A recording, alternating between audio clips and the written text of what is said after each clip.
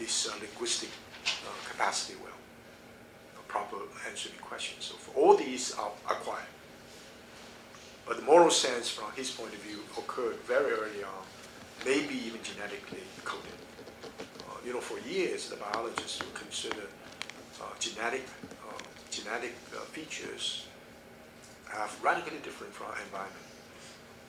Environment will not be able to shape genetic reason, but right now, the situation is totally changed.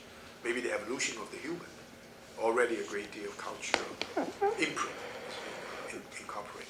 So, yes? Can I ask a question about benevolent government? Benevolent government. Okay, good.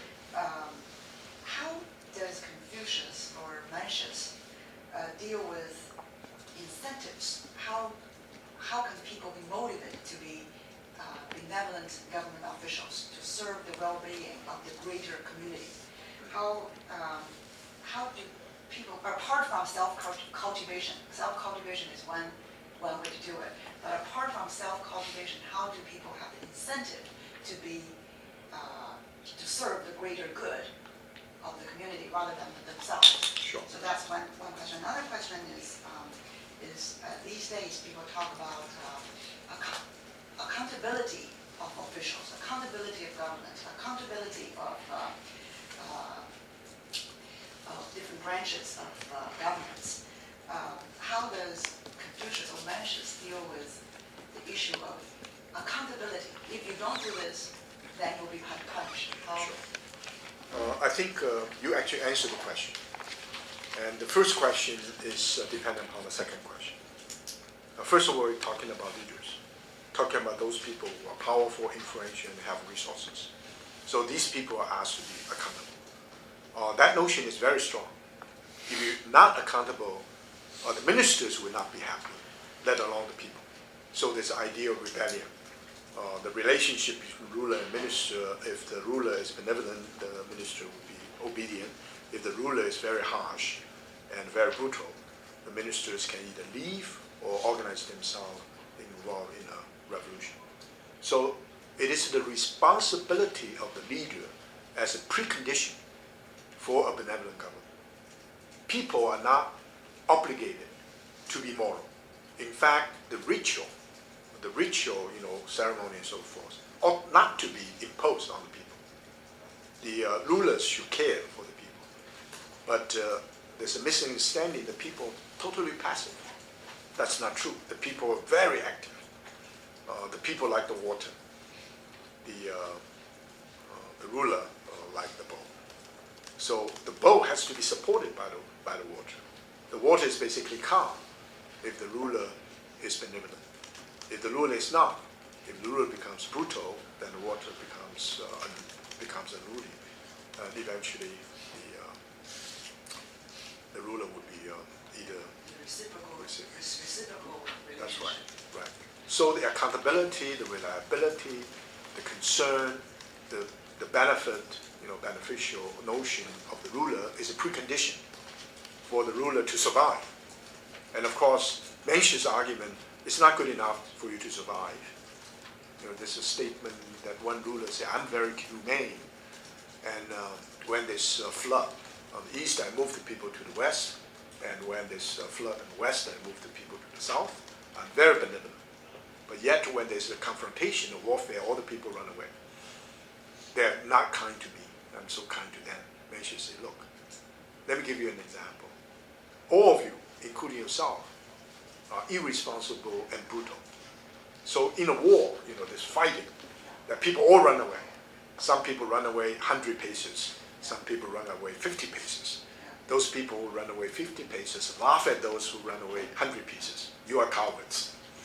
What are the incentives for people to cultivate their innate sympathy? Okay, there are two ways of doing that. For the ruler, it's for survival.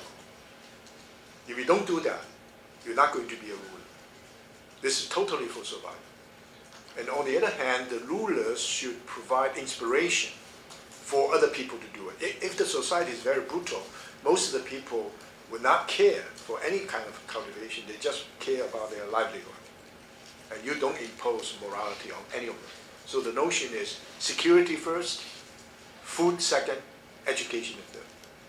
So once the society is governed, normally it's governed, then we call it affluent society, then we become lazy, we indulge in the material goods. But from the Mencian point of view, if the society is affluent, that's the time for education. And so education is a source of inspiration for people to be motivated to be part of that community. That's why I refer to time and time again to William James' notion that individual impulse, without individual impulse, the community stagnates. Without the sympathy of the community, individual impulse fade away. So the sympathy of the community is based upon the behavior of the ruler.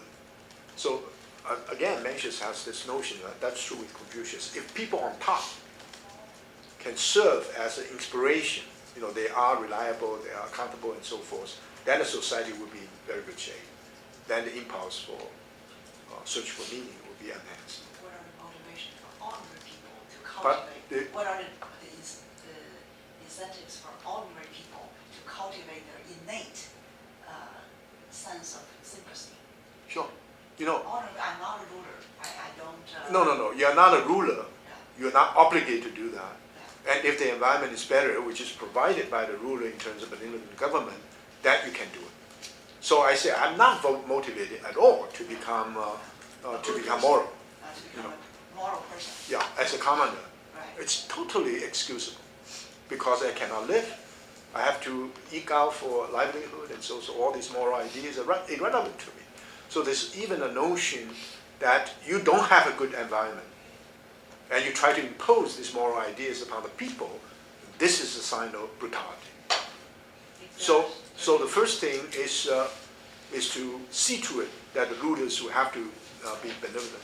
Of course, the rulers be benevolent based upon the not only desirability but the necessity of cultivation. And now you say, look, if people are all innate, have innate goodness, Yeah. why the society cannot be peaceful? Well, Mencius also has a very, very interesting notion that sprout, that little bit of fire going to continue based upon environment. And one of the most important environment turned out to be the governance. If the society is brutal, then out of the question. Let me conclude by saying why Mencius was so self-confident, with a tremendous sense of presence, and of course noticed by even the rulers, and also extremely forceful in terms of critique of the power. The rulers, have all these incredible resources. They can kill you, they can banish you, they can humiliate you. And why Mencius as a single person, without military might, without financial resources, without actually political influence, turned out to be so forceful in his critique? Because Mencius, this is true with all of us, managed to tap all kinds of, I use symbolic resources in shaping his personality. First of all, he's involved in self-cultivation. There's a difference. Let me respond. Normally, people do not have their constant power, do not cultivate, if they do not have the proper environment to help them. So if you don't have property, we call 恒产, permanent property, you don't have permanent heart. Because without property, you don't have a sense of security. For a while, you cannot vote if you're not property owner. So this idea is important. However, there's a group of people, presumably like us, who do not have these resources.